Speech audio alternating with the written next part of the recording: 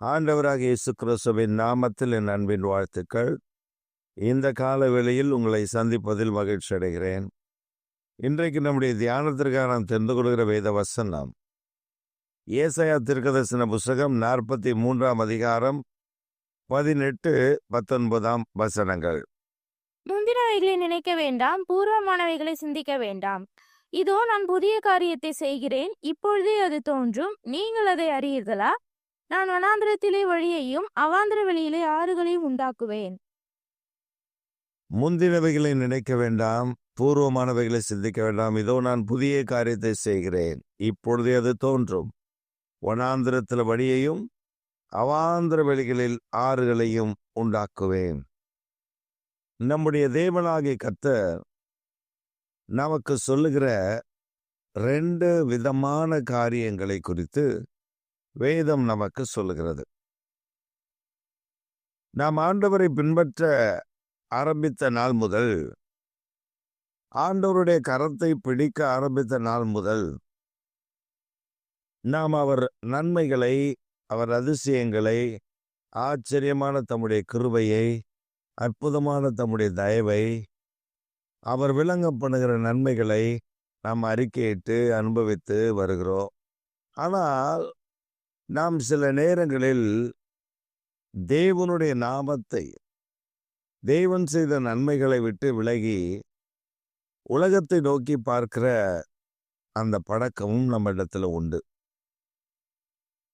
எகிப்தின் அடிமைத்தன வீடாகிய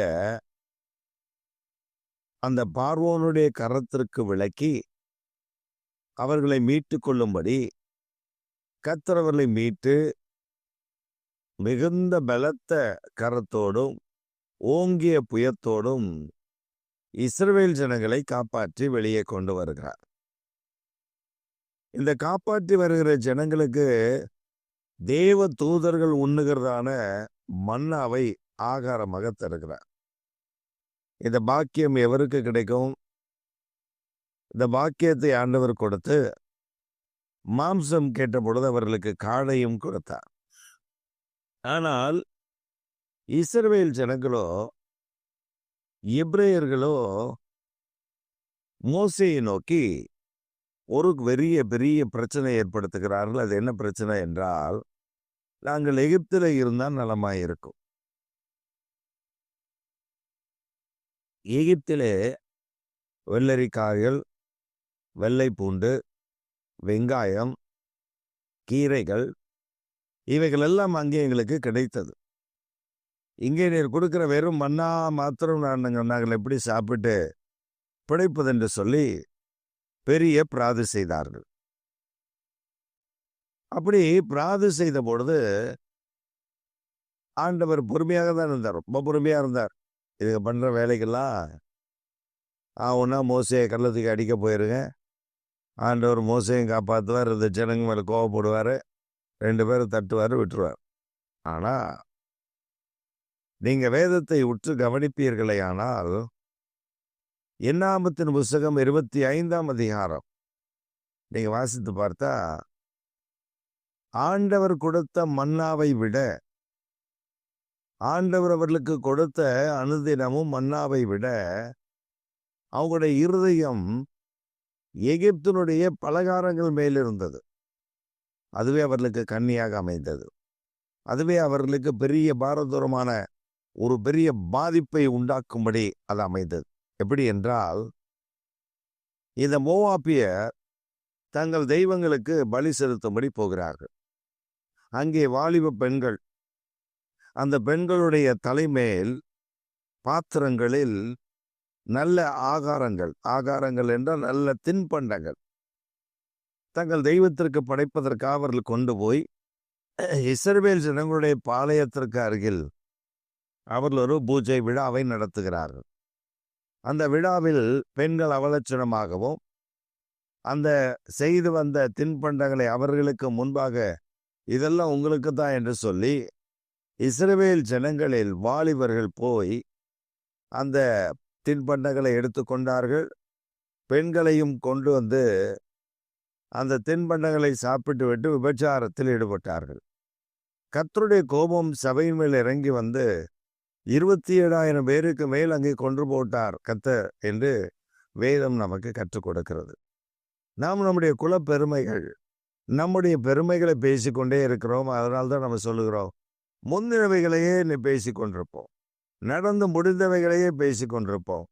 ஆனால் புதிய காரியம், நடந்து முடிந்தவைகளை விட்டுவிட்டு நம்முடைய வாழ்க்கையில முன்னேற்ற வேண்டிய பாதையில் போவதற்கு நாம் யோசிப்பதில்லை. பூர்வமான கதைகள், பூர்வமான சம்பவங்கள், புராணங்கள் இவைகளை பேசிக்கொண்டிருப்போமே அல்லாமல் தேவன் நமக்கு வைத்திருக்கிற பாதையில் பார்த்து போவது கிடையாது.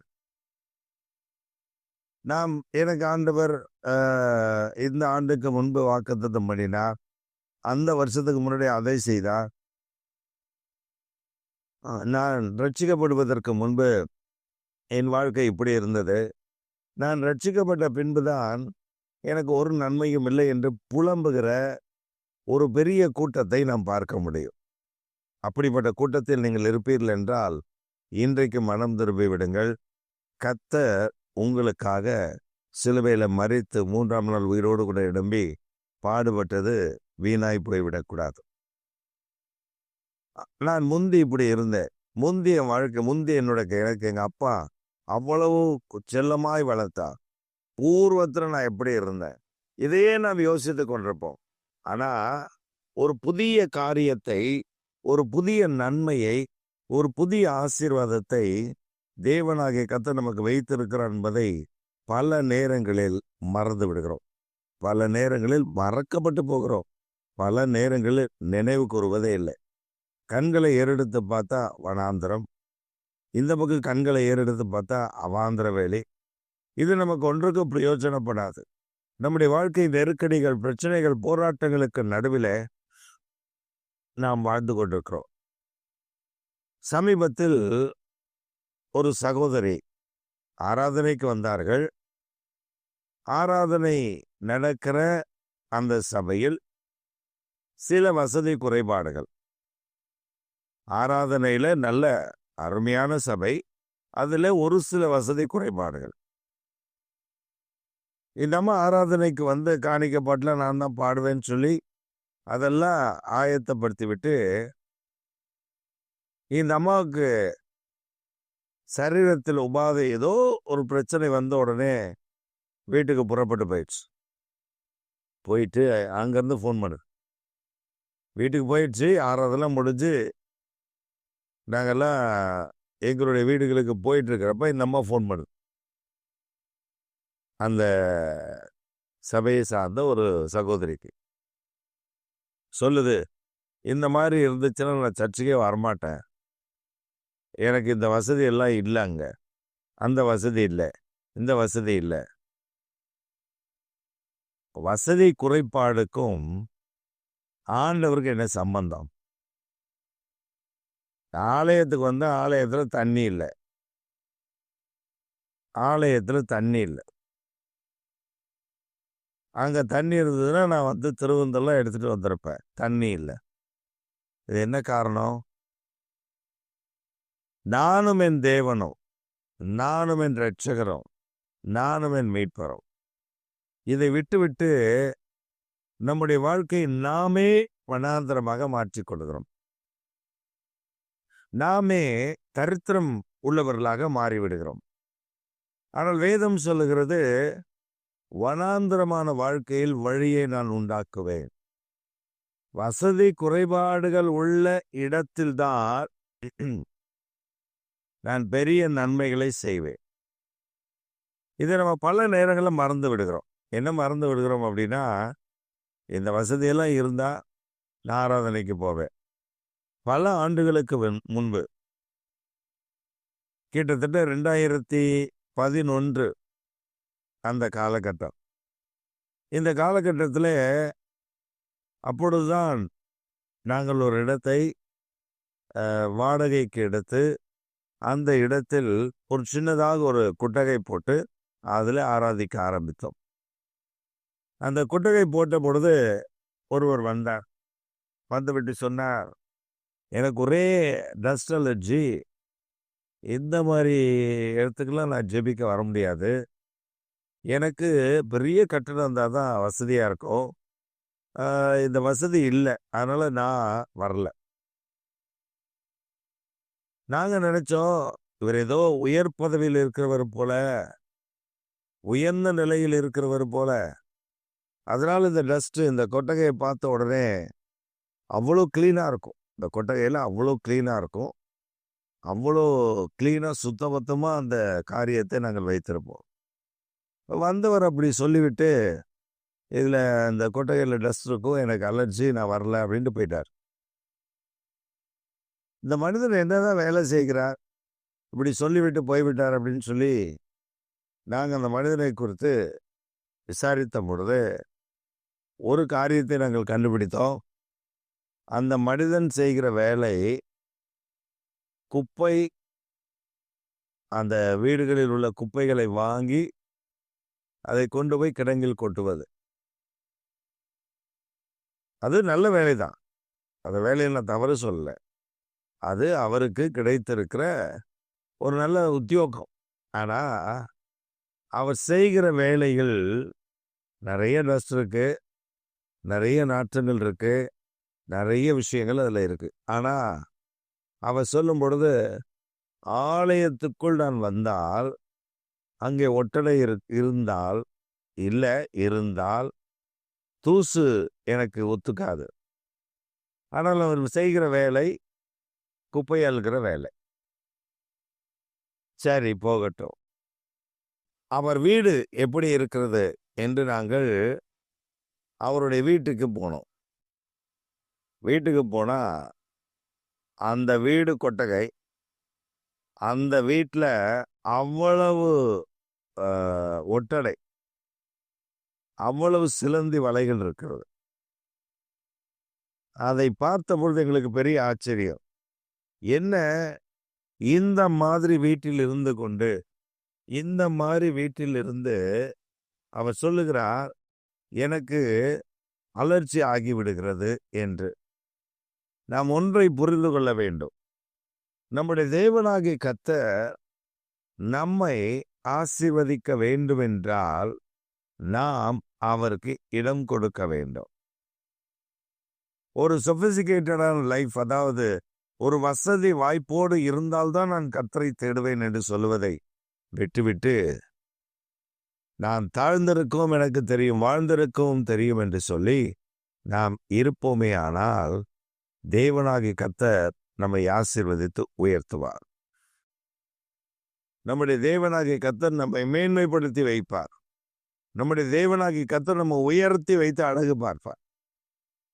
இதைத்தான் செய்ய விரும்புகிறார் நம்முடைய ஆண்டவர். ஆனால் நாம தான் என்ன செய்கிறோம், குறை சொல்லிக்கொண்டு இது இல்லை, அது இல்லை, இது இல்லை என்று சொல்லிக் கொண்டிருக்கிறோம். ஆண்டவர் சொல்லுகிறார், நீ தாழ்மையோடு இருப்பாயே ஆனால், நீ தேவனை தேடுகிற உண்மையுள்ள மனிதனாய் மனுஷியாய் இருப்பாயே ஆனால் வனாந்திர வாழ்க்கையில வழி உண்டாகும். அவாந்திர வேலி, அவாந்திரமான வாழ்க்கையில தண்ணீர் உண்டாகும். இதெல்லாம் வாய்ப்பே இல்லைன்னு சொல்லுகிற இடத்துல கர்த்தர் வாய்ப்பை ஏற்படுத்துகிறவர். இதிலெல்லாம் ஆசீர்வாதமே இல்லைன்னு சொல்லுகிற வாழ்க்கையில ஆசீர்வாதத்தை உண்டாக்கி தருகிற ஆண்டவர். இன்றைக்கு நீங்களும் நானும் ஆராதிக்கிற தேவன் அவ்வளவு மேன்மையானவர் என்பதை மறந்துவிடக்கூடாது. நம் வாழ்க்கையில வசதி இருந்தால்தான் நான் கர்த்தரை தேடுவேன், வசதி இல்லை என்றால் கர்த்தரை தேட மாட்டேன் என்று சொல்லுகிற அந்த நிலையை இன்றைக்கு திருச்சபையில் பார்க்கிறோம். இந்த சபையிலோட இன்னொரு சபை, இந்த சபையிலோட இன்னொரு சபை. நீங்கள் எந்த சபைக்கு வேண்டுமானால் போகலாம். ஆனால் இந்த இயேசு இல்லை என்றால் வேறே இயேசு என்று நீங்கள் சொல்லிவிட முடியாது. இந்த இயேசு இல்லை என்றால் வேறொருவனை ரட்சிப்பார் என்று சொல்லிவிட முடியாது. ஏன்னா உங்களுக்காகவும் எனக்காகவும் சர்வ லோகத்தின் பாவங்களை சுமந்து தீர்த்த தேவ ஆட்டுக்குட்டியாய் அடிக்கப்பட்ட இயேசு கிறிஸ்து உங்களுக்காகவும் எனக்காகவும் சிலுவையில் பாடுபட்டதினால் இந்த ரட்சிப்பை, இந்த மேன்மையை நாம் அடைந்திருக்கிறோம். மறந்து விடாதீர்கள். உங்கள் வாழ்க்கையில உயர்வு வேண்டும் என்று சொல்லி நீங்கள் விரும்புகிறீர்கள், அது நல்லதுதான். ஆனால் அதே சமயத்தில் அந்த உயர்வை தருகிற கர்த்தர் நம் நடுவில் இருக்கிறார். நம்மை மேன்மைப்படுத்தி பார்க்கிற தேவன் நம் நடுவில் இருக்கிறார். சோதிப்பார், சோதித்த பின் சுத்த பொன்னாங்க விலகம் பண்ணுவார். நாம் இப்பொழுதே சுத்த பொன்னை போல விளங்கணும்னு நினைக்கிறோம். அவர் சோதித்த பின் தான் அது சுத்த பொன். இப்ப வெள்ளியை புடமிடுகிற குகைகளும் உண்டு, பொன்னை புடமிடுகிற ஸ்தலங்களும் உண்டு. பொன்னை கொண்டு வந்து அப்படியே பயன்படுத்தி விட மாட்டார்கள். அதை புடமிட்டு அதில் இருக்கிற களிம்புகளை நீக்கி, அழுக்குகளை நீக்கி, அசுத்தங்களை நீக்கி சுத்த பொன்னாக மாற்றப்பட்டு, அந்த சுத்த பொன் அப்படி வரும் பொழுது சொல்லுவாங்க, அதுதான் ஃபர்ஸ்ட் குவாலிட்டி கோல்டு, அதுதான் 24 கேரட் கோல்டு என்று சொல்லி அதற்கான விலை, உயர்வான விலையை வைப்பார்கள். இந்த கால வேளையில் நீங்கள் சுத்த பொன்னாக விளங்க வேண்டுமே, ஆனால் யூ ஹாவ் டு வெயிட். நீங்கள் காத்திருக்க வேண்டும். நீங்கள் தேவனுடைய பாதையில் கடந்து செல்ல வேண்டும். அவர் உங்களை சுத்த பொன்னாக விளங்க பண்ணுவார். எரேமியாவை பார்த்து கர்த்தர் சொல்லுகிறார், எரேமியாவே, நீ குயவனுடைய வீட்டுக்கு போ, அங்கே நான் உன்னோடு கூட பேச வேண்டும். அவன் குயவனுடைய வீட்டுக்கு போகிறான். குயவன வீட்டில ஒரு குயவன் ஒரு பானை செய்கிறார், ஒரு பாத்திரம் செய்கிறார். அந்த பானை செய்து கொண்டிருக்கும் பொழுது குயவனுடைய கரத்தில் அது கெட்டு போனது.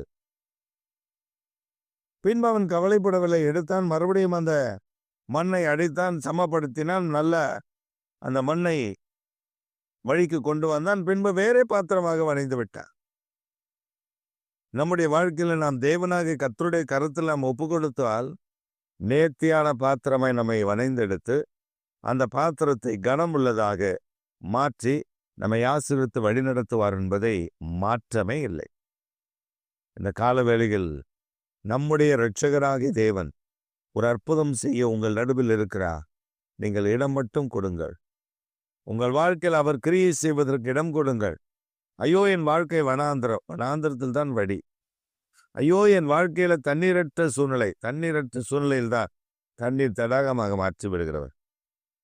அதனால தான் சொன்னார், நீ நீர்ப்பாய்ச்சலான தோட்டம், வற்றாத நீரூற்று. இன்றைக்கு உங்கள் வாழ்க்கையில கர்த்தர் ஒரு அதிசயத்தை நடப்பிக்க விரும்புகிறார். உங்கள் வாழ்க்கையில தேவனாக கர்த்தர் தம்முடைய கிரியைகளை விளங்க பண்ணி தேவன் தம்முடைய நாமத்தை மயப்படுத்த விரும்புகிறார். ஆவியானுடைய வல்லமை, ஆவியானுடைய பலத்த கிரியை உங்கள் நடுவில் செய்ய இருக்கிறார். அதனால் காத்திருங்கள். அவரிடத்திலிருந்து நன்மை வரும். அந்த நன்மையை பெற்று தேவனுடைய நாமத்தை உயர்த்துங்கள். பெரிய காரியங்களை உங்களுக்காக செய்ய அவர் காத்திருக்கிறார். காத்திருங்கள். அவர் உங்கள் வனாந்தரத்தை மாற்றுவார், அவாந்தர வெளியை மாற்றுவார். கர்த்தர் புதிய காரியத்தை இன்றைக்கே, தாமதமாக அல்ல, இன்றைக்கே அவர் செய்ய தொடங்குகிறார் என்பதை மறந்து விடாதீர்கள். ஆமேன், ஆமேன்.